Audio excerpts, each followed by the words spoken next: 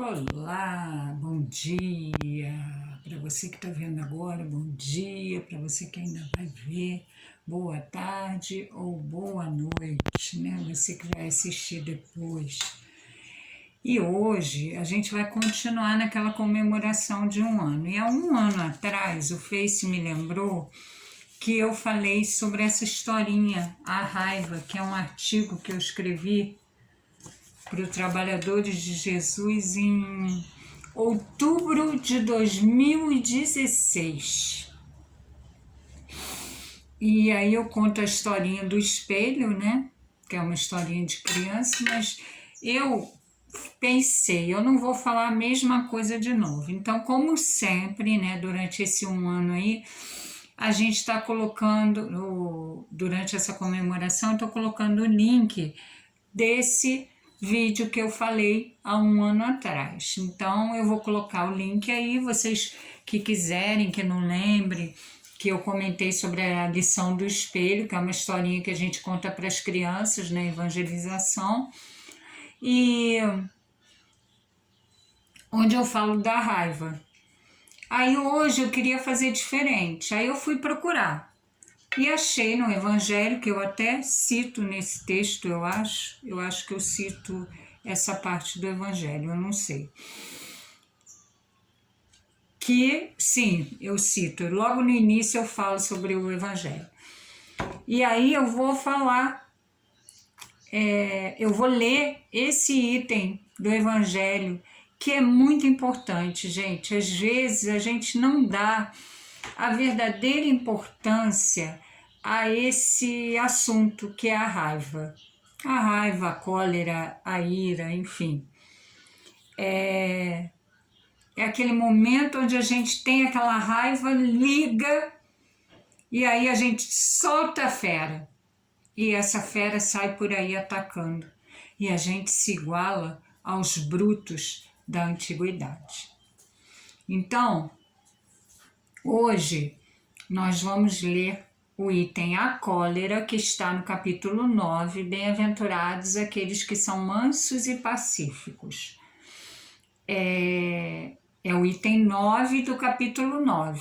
Então não tem como errar, né? Capítulo 9, item 9.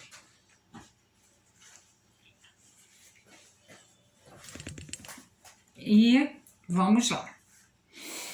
A cólera, um espírito protetor, Bordeaux, 1863. Levados pelo orgulho, vos julgais mais do que sois, a ponto de não suportardes uma comparação que possa vos rebaixar, e vos considerais tão acima de vossos irmãos, seja como espírito, seja em posição social ou em superioridade pessoal, que o menor paralelo vos irrita e vos fere. E o que acontece então? Ficais encolerizados. Procurai a origem desses acessos de demência passageira que vos igualam aos brutos e vos fazem perder a razão e o sangue frio. Procurai o porquê disso e encontrareis quase sempre por base o orgulho ferido. Não é o orgulho ferido por uma opinião contrária que vos faz rejeitar as observações justas, que vos faz repelir com cólera os mais sábios conselhos. A própria impaciência decorrente das contrariedades frequentemente fúteis prende-se à importância que cada um atribui à sua própria personalidade. Não é um orgulho ferido por uma opinião contrária que vos faz rejeitar as observações justas, que vos faz repelir com cólera os mais sábios conselhos?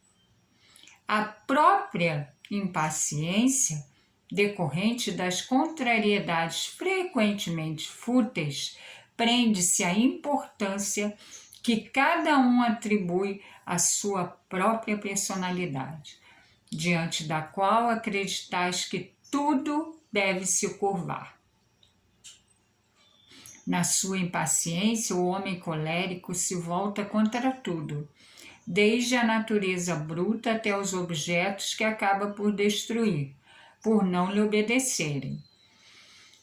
Se nesse momento ele pudesse ver-se a sangue frio, teria medo de si próprio, ou se acharia ridículo.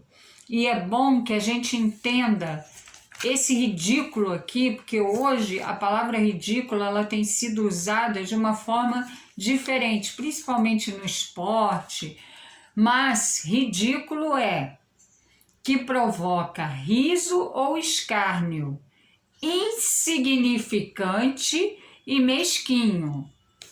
Então aqui, na sua impaciência, o homem colérico se volta contra tudo.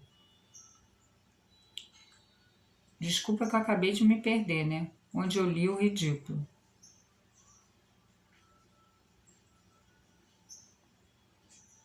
Que acaba por destruir por não lhe obedecerem.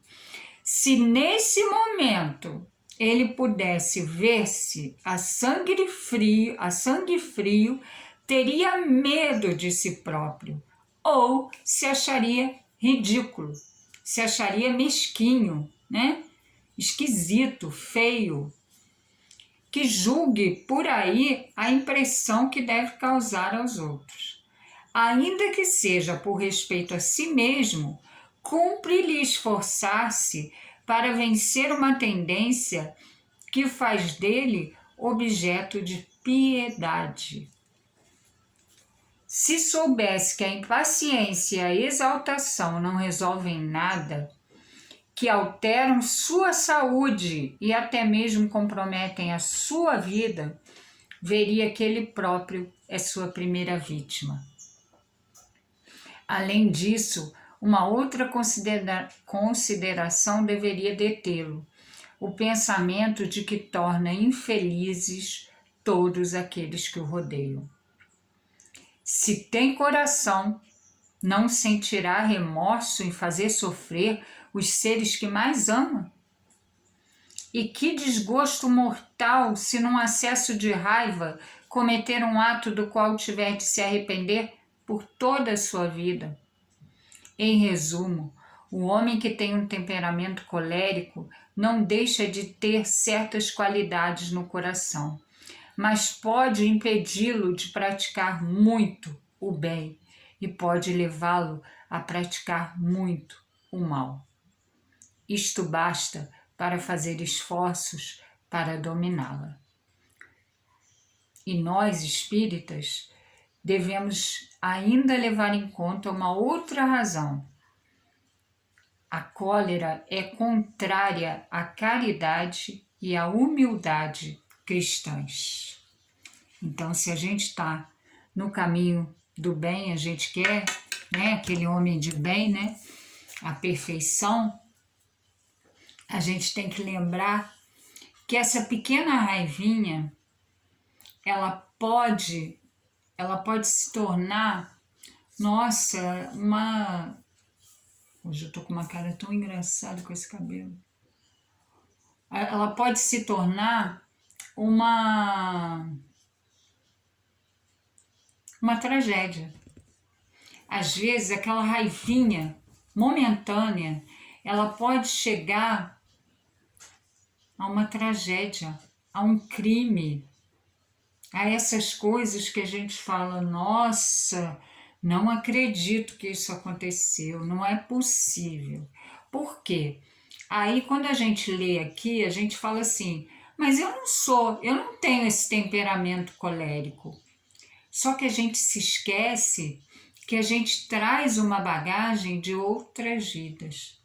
E lá atrás, sim, né? Fomos brutos, aqueles brutos, lembra? Aqueles que matavam nos duelos, que chegavam em casa tiranos, né? Violentando suas esposas, como ainda temos hoje, né? Quantos homens que ninguém pudesse imaginar que tivesse temperamento colérico durante a pandemia saíram por aí socando suas esposas, né? E ao contrário, mas enfim, a gente fala a esposa porque aquela coisa da mulher ser a frágil da situação, né?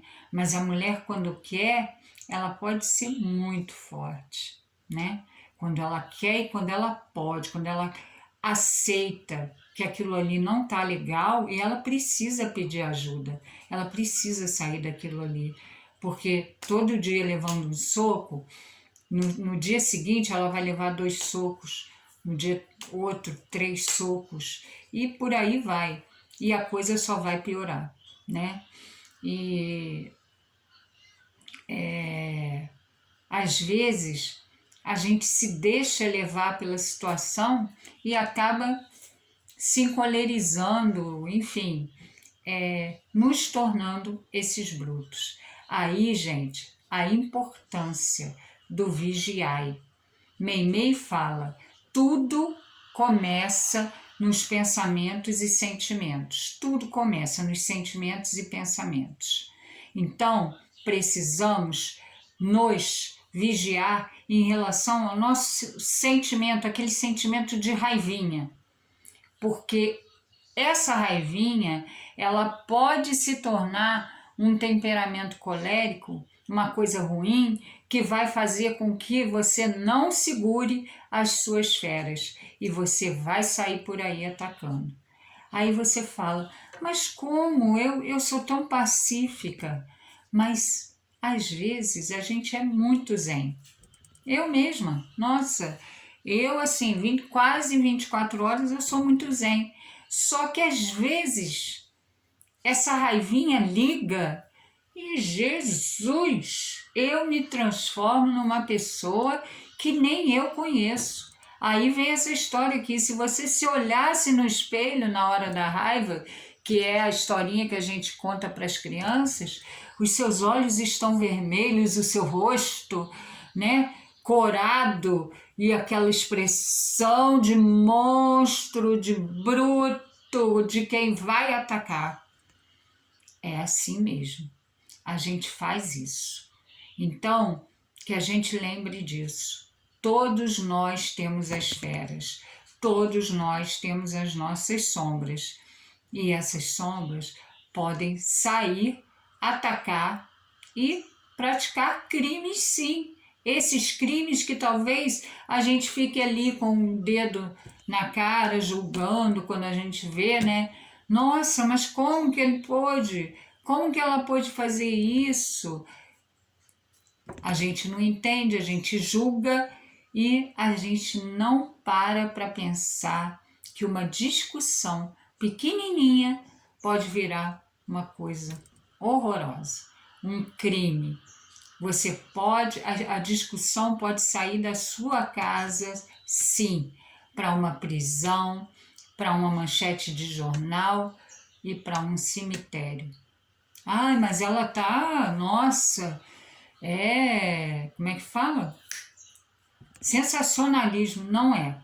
Eu já passei por isso. Eu conto isso no meu livro Força e Fé. Uma discussão pode virar uma coisa horrorosa. Então, gente, vamos dar mais atenção quando se liga essa raivinha pelo orgulho, pelo egoísmo, sempre porque a gente quer se colocar como o bam, o rei da cocada preta ou da cocada branca, como preferirem, né? Mas o rei, a rainha, o soberano, todo mundo tem que ficar aqui aos meus pés. E não é bem assim, é ao contrário, né? É quando você consegue sair daquele trono e ir lá, né? Tirar o sapato, lavar os pés, né? Desse rei. Então, gente, vamos pensar nisso. A raiva vem do orgulho, do egoísmo. Ela liga muito rápido e muito rapidamente a gente passa daquele ser bonitinho, pacífico, a um ser bruto, a um ser estúpido, que vai sair por aí sim, duelando, matando, enfim. Por quê? Porque aquela sombra, aquelas feras que todos nós temos e que a gente precisa com vigiar e aprender a lidar com elas, se a gente não se vigiar, elas saem por aí sim, fazendo o que elas pensam. E aí vem mais uma coisa, com o que você está sintonizando, porque nessa hora, gente, isso é muito importante.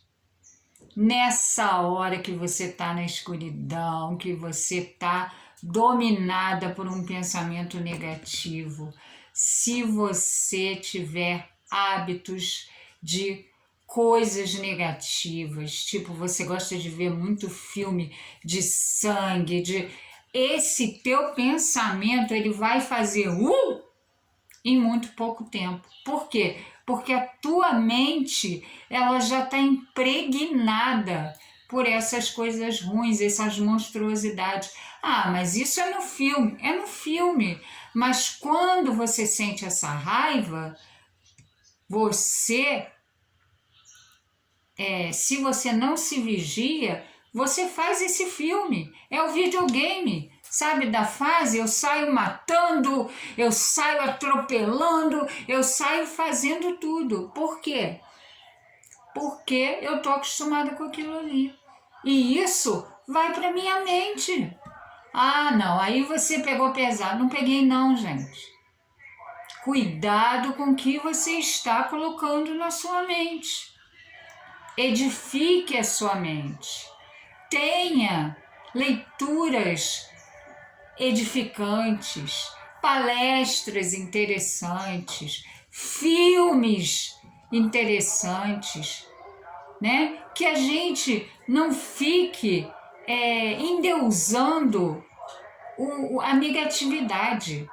Que a negatividade ela esteja presente, sim, não entra toda hora na nossa TV, beleza, mas que aquilo ali não seja como que eu vou dizer? Que aquilo ali não me domine, que aquilo ali não seja, ai meu Deus, a prioridade na minha mente.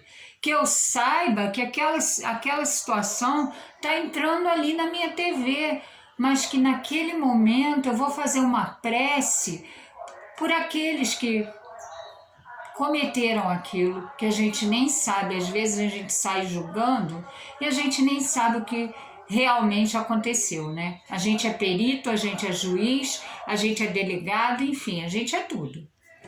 Com o outro. Mas e na nossa hora? Na hora de olhar para o nosso erro, como que a gente faz? Então vamos pensar nisso. Eu não quero sair por aí fazendo sensacionalismo, nada disso. Eu só quero alertar para essa raivinha do trânsito, essa raivinha em casa, aquela coisa de eu sempre tenho razão, eu vou acabar passando com o trator da razão por cima da pessoa. E se eu estou passando com o meu trator da razão por cima de alguém, eu já estou me acostumando a fazer o mal, de alguma forma. Ah, não, mas eu só penso bem. Vai olhar teus pensamentos. Vai olhar na hora que o teu orgulho é ferido. Gente, tá na hora, mais do que na hora, da gente esquecer o que está em volta da gente e olhar para a gente. Põe o espelho aí na tua frente, porque tá na hora de encarar. E aí, vai encarar? Depois me conta, tá? Depois me conta o que vocês acharam disso aí. Um beijo grande, bom dia, boa tarde, boa noite, mas que a gente possa, que seja um dia de paz, né? Um dia onde a gente pense o amor, onde a gente tenha pensamentos positivos, porque já que a gente já sabe que os pensamentos, que os sentimentos, né? O sentimento e os pensamentos que produzem as nossas ações, tudo começa lá, no pensamento e no sentimento. Por que não criarmos os hábitos de vigiar os nossos sentimentos e os pensamentos positivos? Ah, mas isso não é fácil. Não, nada é fácil, gente. Nada cai do céu. Por mais que a gente cresça ouvindo, né, os milagres e tal, mas não cai do céu, não. Precisa da nossa parte. O esforço, a vontade de fazer, a vontade de mudar, a vontade de se vigiar e o esforço para que, quando apareça essas sombras, a gente saiba lidar com elas. Então, realmente não é fácil, mas não viemos à Terra para passear. Já fomos esses brutos, já crucificamos, já jogamos pessoas nas fogueiras. Nossa, mas eu não fiz isso. Ninguém sabe. Ninguém sabe que você foi lá na outra vida.